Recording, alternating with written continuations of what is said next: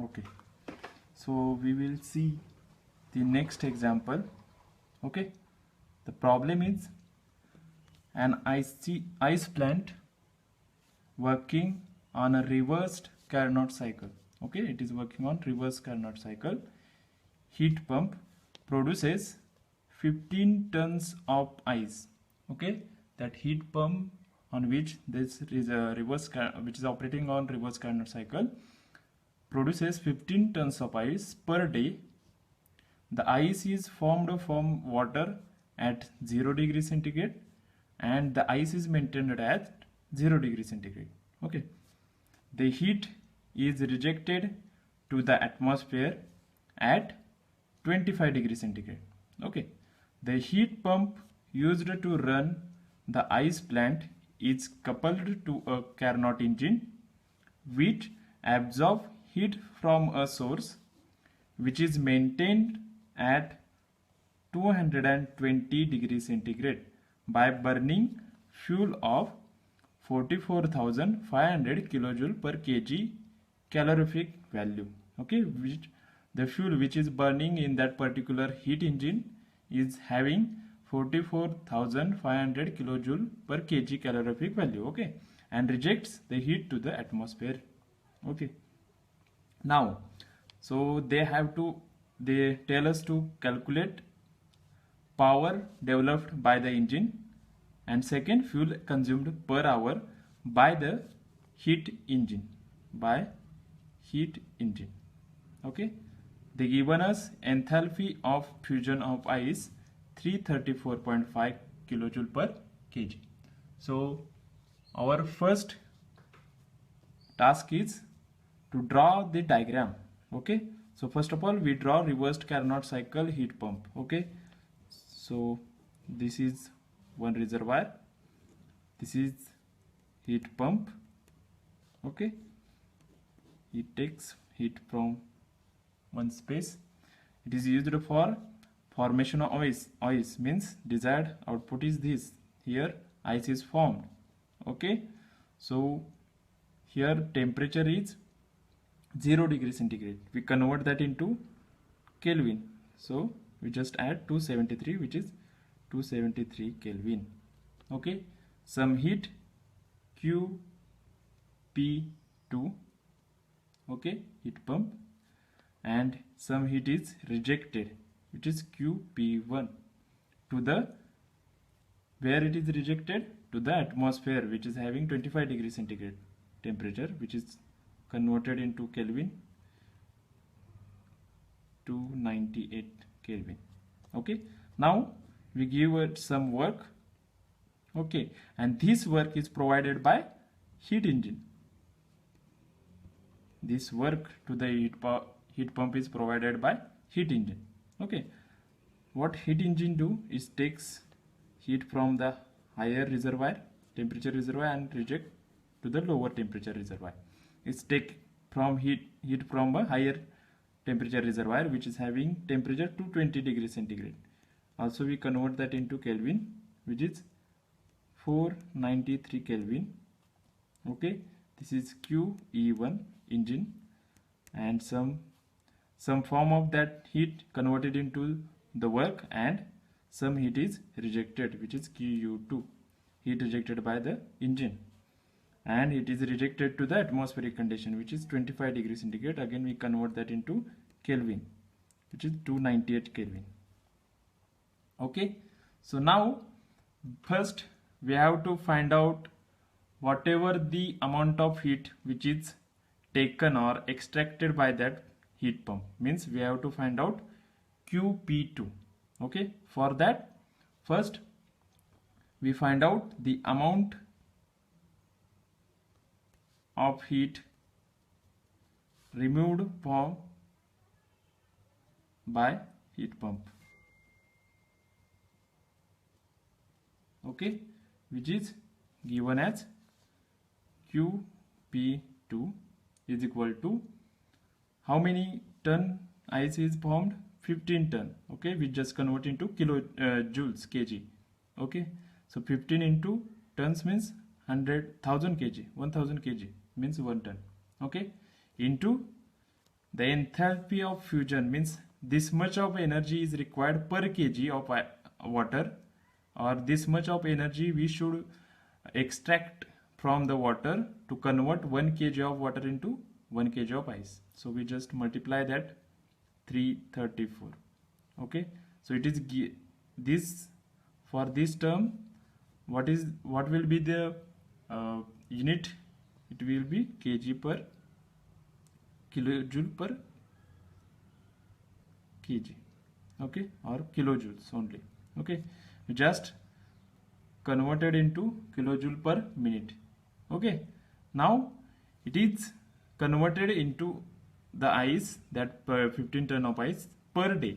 Okay, time is given. Okay, so we convert it into kilojoule per minute. So 24 hours into 60, which is converted into minutes.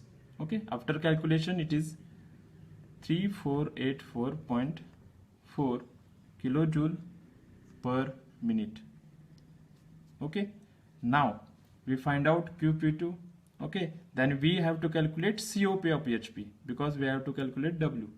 Okay, so for that, okay, so COP we can write QP2 upon W, again QP2 upon QP1 minus QP2.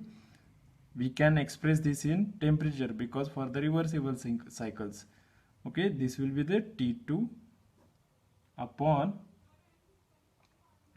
T1 minus T2. Okay, this is T1, this is T2. Okay, so we just put the values and equal these two terms. Okay, so QP2 we already calculated, upon W is equal to, what is the T2? 273. T1 is 298 minus 273. So by using this equation, this total equation, we can calculate W, which is 319.08 kilojoule per minute. Okay, now this much of work, okay, this much of work that pump or a heat engine should be provided to that particular heat pump. Okay, we just convert this into kilowatt. Okay, so for that we just divide this 319.08 by 60, which is converted into kg per second, which is also known as kilowatt, which is 5.3 kilowatt. Okay, so this is the answer for first one, power developed by the engine. So that this much power should be developed by the engine. Okay, so this W value. Now we have to find out what is the fuel consumed per day or per hour by the heat engine. Okay, so first of all we calculate the efficiency of engine. Okay, we calculate the first efficiency of engine, which is given by efficiency of Carnot engine, which is work output upon input, which is input QE1. Okay, we can also express this equation in temperature. Okay, so for that it will be given as 1 minus T2 upon T1. Okay, so we just equalize those terms. 1 minus 298 upon 493, okay, is equal to W work should be 5.3 kilowatt upon QE1. From this we find out QE1.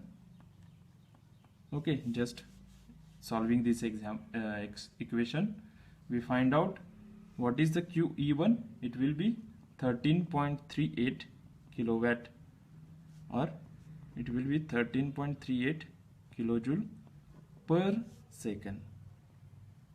Okay, this much of heat will be provided to the heat engine by burning fuel.